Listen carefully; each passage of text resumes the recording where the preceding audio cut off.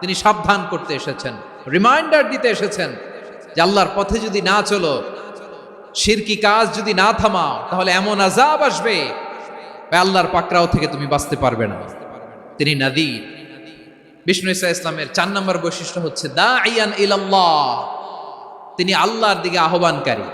এই যে আমরা আমাদেরকে পরিচয় দেই যে আমরা দাঈ, বলি না? বলি যে উনি হচ্ছেন একজন দাঈ ইলাল্লাহ। বহু বচনে আমরা বলি আদ-দুআত ইলাল্লাহ। এটা কোরআনের এই আয়াত থেকে এসেছে। সুবহানাল্লাহ পড়েন। ওয়া দাঈয়ান ইলাল্লাহি বিইذনিহি, আল্লাহর আদেশে বিষ্ণু ঈসা ইসলাম আল্লাহর দিকে মানুষকে ডাকেন।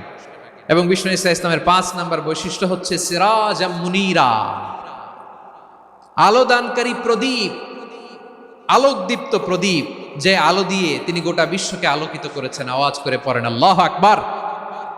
তাহলে মোট 5টি বৈশিষ্ট্য নিয়ে আমরা কথা বলবো বিশ্বনবীর। আওয়াজ করে বলুন কয়টি? 1 নম্বরে হচ্ছে শাহিদ, বিশ্বনবী সাক্ষী দিবেন। কি দিবেন? He will be witness for all prophets and for us. তিনি নবীদের উপরও সাক্ষী দিবেন, আবার উম্মতের উপরও সাক্ষী দিবেন। সুবহানাল্লাহ পড়েন। কিয়ামতের দিন আল্লাহ তাআলা প্রত্যেক নবীকে জিজ্ঞেস করবেন যে তুমি কি তোমার উম্মতের কাছে আমি যা যা পৌঁছাতে বলেছিলাম পৌঁছিয়েছো? নবীরা বলবে আল্লাহ আমি পৌঁছিয়েছি। নবীদের কথা ঠিক কিনা, সত্য কিনা, এর সপক্ষে তখন বিশ্ব